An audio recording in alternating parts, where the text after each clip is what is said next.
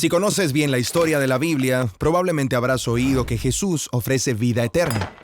Suena bien, pero ¿qué quiere decir Jesús al hablar de vida eterna? Bueno, Jesús tomó esta frase de las Escrituras hebreas. En español, esta frase es traducida como vida eterna o a veces vida por o para siempre. Pero la frase traducida literalmente desde el hebreo es vida hasta la era. Vida hasta la era. ¿Eso qué significa?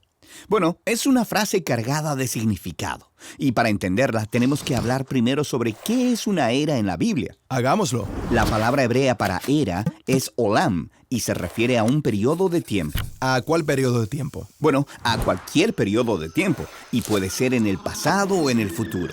Lo más importante es que es un periodo de tiempo con un atributo en común que se mantiene en constante. Por ejemplo, Como el tiempo de Abraham y sus descendientes hasta Moisés.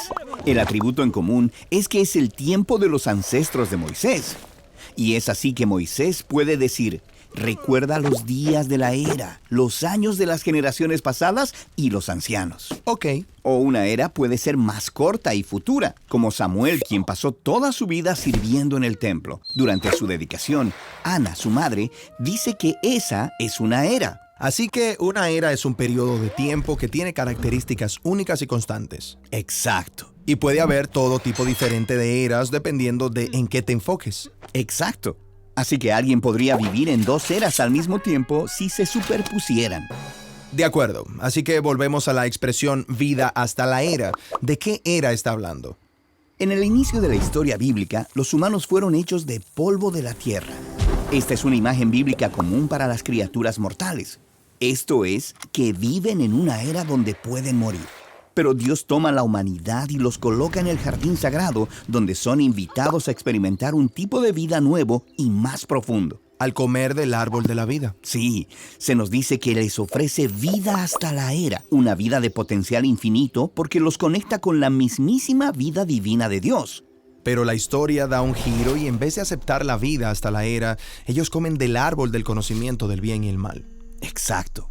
El comer de este árbol significa tomar la vida para sí mismos, en sus propios términos, separados de la sabiduría de Dios. Así que son exiliados de la vida de la era de Dios y entran en una era de muerte. Se maltratan unos a otros y hacen lo que es correcto a su parecer. Las cosas se ponen bien violentas. Exacto. De tal forma que el resto de la historia de la Biblia puede considerarse como una decisión de vida entre dos eras diferentes.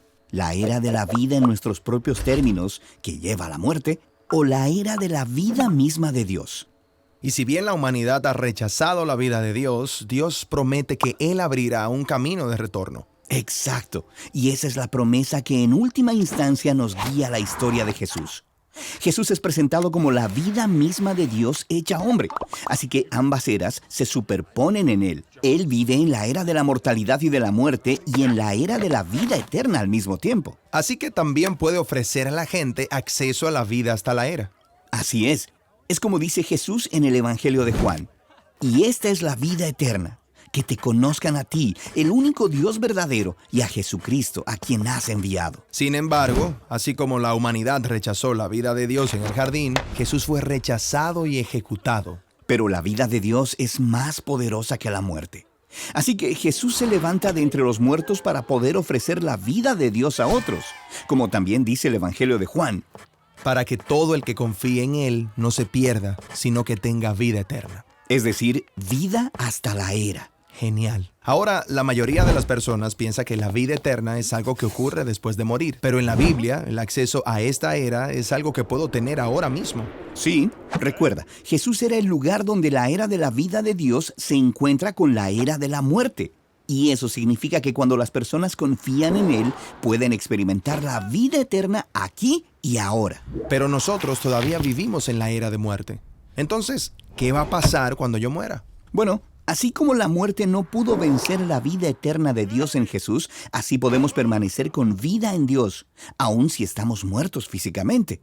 En la Biblia, a esto se le llama estar con Cristo. Y no es algo de lo que se habla mucho, porque no es la manera en que termina la historia global de la Biblia. El enfoque de la Biblia es acerca de cuando la era de la vida venza completamente a la era de la muerte, y aquellos que están con Cristo sean recreados para compartir en la vida eterna de Dios. Un mundo donde la era de la muerte ya no tiene poder. Exacto, porque la vida que está completamente conectada con la misma vida y amor eterno de Dios es una vida que nunca terminará.